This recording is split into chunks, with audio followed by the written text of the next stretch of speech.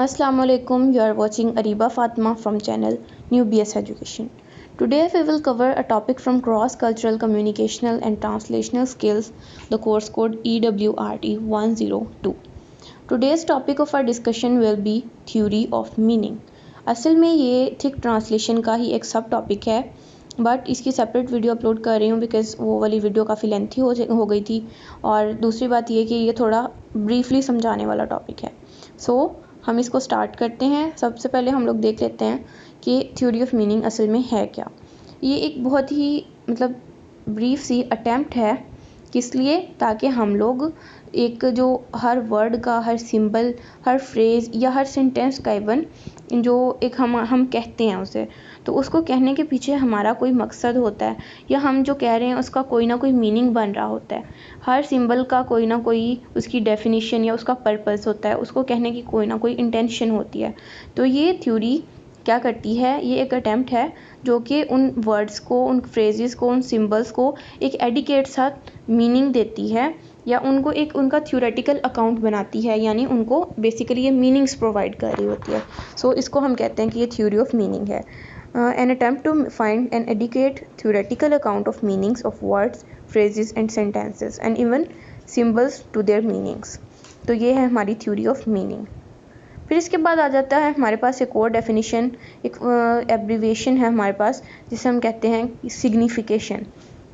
Signification basically होता है कि जो हमारे पास साइंस होते हैं ना और सिंबल्स होते हैं, उनके मीनिंग्स के साथ जो एक रिलेशनशिप होता है ना, वो हमें जो चीज़ हमें वो बताएगी ना, वो उसकी सिग्निफिकेशन है। यानी वो उसको सिग्निफाई, कोई भी वर्ड, कोई भी लेटर, वो अपने मीनिंग को किस तरह से सिग्निफाई कर रहा है या उसका अपने मीनिंग के साथ रिलेशन क्या है, उसको हमें बताने के लिए जो हम टर्म यूज़ करते हैं बेसिकली, वो होती है सिग्निफिकेशन। तो signification whether intended to mean, express और टू बी सिग्निफाइड, यानी जब हम लोग कोई वर्ड लिखते हैं ना, या कोई सिंबल या कोई हमारा जेस्चर भी इवन होता है, तो उसका कोई ना कोई मतलब होता है, कोई ना कोई हम उसको जाहिर करने के लिए अपना एक्सप्रेशन देते हैं, कोई जेस्चर देते हैं। तो वो क्या कर रहा होता है, असल में वो उसे सिग्निफाई कर रहा होता है या उसे लीड कर रहा होता है टुवर्ड इट्स मीनिंग। फिर इस तरह से ये हम क्या कैसे कर सकते हैं, टुवर्ड बाय जेस्चर्स, एक्सप्रेशंस, हमारी बॉडी लैंग्वेज भी कुछ सजेस्ट कर सकती है, और हमारे वर्ड्स तो ऑफ कोर्स होते हैं, और उसके साथ साथ एक्शंस होते हैं जो कि मैं पहले बता चुकी हूँ। फिर इस तरह से जो सिग्निफिकेशन है ना, ये थ्योरी ऑफ मीनिंग का एक बहुत ही मेजर पार्ट है, बिकॉज थ्योरी ऑफ मीनिंग है कि चीज़ों को मीनिंग किस तरह से असाइन किए जाते हैं, और सिग्निफिकेशन उन मीनिंग्स को असाइन करने का काम कर रही होती है बेसिकली। फिर हमारे पास कुछ भी हम लोग करते हैं ना, तो उसकी कोई ना कोई हमारे पीछे इंटेंशन होती है, कोई पर्पस होता है किसी काम को करने का, कोई एक मिशन होता है हमारा।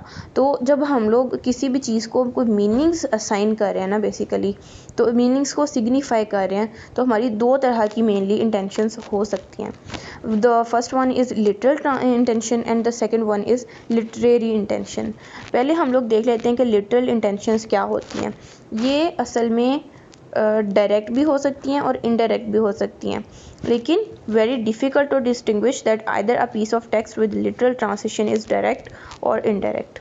अब ये क्या कह रहे हैं कि अगर किसी पीस ऑफ टेक्स्ट को हम लोगों ने लिटरल ट्रांसलेशन के ज़रिए दूसरी लैंग्वेज में कन्वर्ट किया है ना, तो उसको डिस्टिंग्विश करना बहुत मुश्किल हो जाएगा कि क्या ये बात जैसे उस ज़ुबान में लिखी थी एज इट इज़ यहाँ पे आई है, एज इट इज़ वर्ड्स हैं, एज इट इज़ जेस्चर्स आए हैं, या डिफरेंट हो गए हैं। इस तरह से अगर हम लोग लिटरेरी में किसी भी चीज़ को जो किसी भी पीस ऑफ टेक्स्ट को लिटरेरी मेथड से कन्वर्ट कर रहे हैं ना, from one language to another, तो उसमें क्या होता है कि हम लोगों को ये डिस्टिंग्विश करना बहुत आसान हो जाता है कि आइदर ये बात डायरेक्ट हो रही है और ये बात इनडायरेक्ट हो रही है।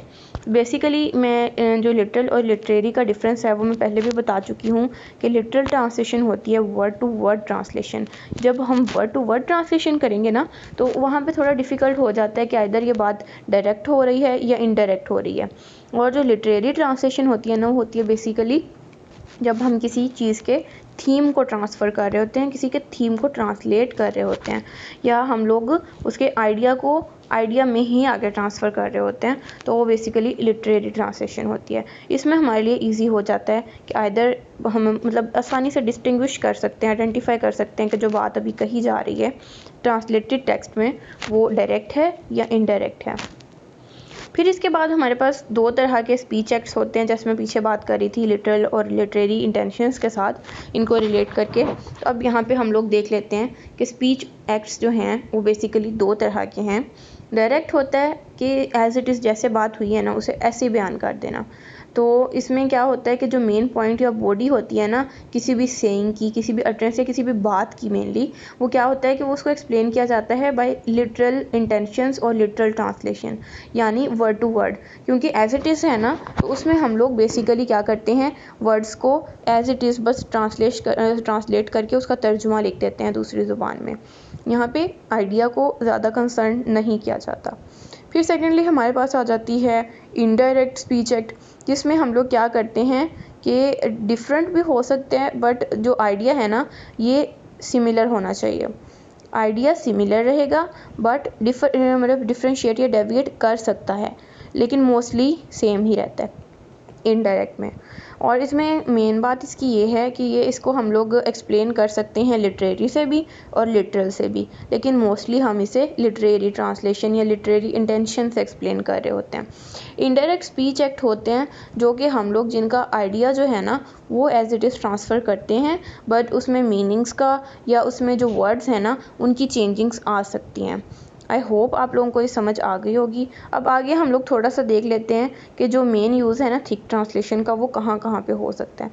ये हम लोग लिटरेरी टीचिंग्स में मेनली यूज़ करते हैं, बिकॉज़ वहाँ पे हमें जस्ट एक आइडिया का ओवरव्यू लेना होता है, एक आइडिया का जनरल सा एक प्लॉट बनाना होता है, एक ड्राफ्ट बनाना होता है थिक ट्रांसलेशन में। सो हम वहाँ पे थिक ट्रांसलेशन कहाँ पे करेंगे, जहाँ पे हमें लिटरेरी टीचिंग चाहिए। लिटरेरी टीचिंग हो सकती है या लिटरेरी इंटेंशन होती है जहाँ पे हमें जस्ट आइडिया को ट्रांसलेट करना है। सो बिकॉज दोनों में आइडिया का वर्ड आ रहा है, आइडियाज़ या थीम्स इन्वॉल्व हैं, एक general plotting of the graphs और इंटेंशंस इन्वॉल्व हैं, तो यहाँ पे हम लोग क्या करेंगे कि हम इन दोनों को कोरिलेट कर देंगे।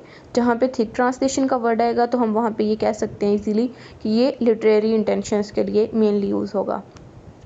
फिर इसके बाद आता है कि it seeks to locate a text in rich cultural and linguistic context.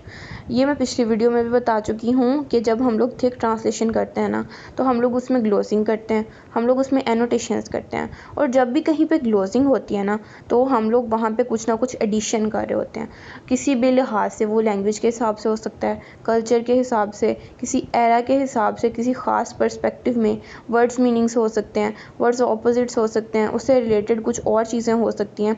सो उसका जो एक कॉन्टेक्स्ट है ना, कंटेंट है जो उसका, उसे हमेशा रिचनेस मिलेगी with the help of thick translation, with the help of glosses, with the help of annotation. पास आ जाता है थोड़ा लिटरल ट्रांसलेशन का कि ये मतलब जो वर्ड्स या फ्रेजेस हैं ना इनको एज इट इज़ जब बयान किया जाता है ना कि यहाँ पे वर्ड टू वर्ड ट्रांसलेशन होती है, ये वर्ड मीनिंग में सेम होगी, और एम क्या होता है इसका, it produces the same intentions found in the original text, यानी चीज़ इंटेंशन वही होती है but the words are same. So इसका आइडिया मेनली वो ट्रांसफ़र हो या ना हो, लेकिन वर्ड्स की सिमिलरिटी ज़रूर होनी चाहिए।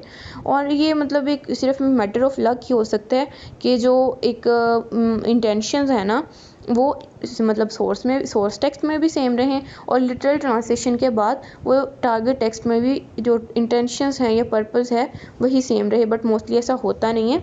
So it's a matter of luck mainly. I hope आप लोगों को समझ आ गई होगी। अगर आप लोगों का कोई क्वेश्चन है तो आप लोग कमेंट बॉक्स में पूछ सकते हैं। अगर मेरी वीडियो आप लोगों को अच्छी लगे तो प्लीज़ इसे लाइक कीजिएगा, अपने फ्रेंड्स के साथ, फैमिली मेम्बर्स के साथ, पीयर्स के साथ शेयर ज़रूर कीजिएगा, और मेरे चैनल को सब्सक्राइब भी कर दें। Thank you for watching my video. अल्लाह हाफिज़।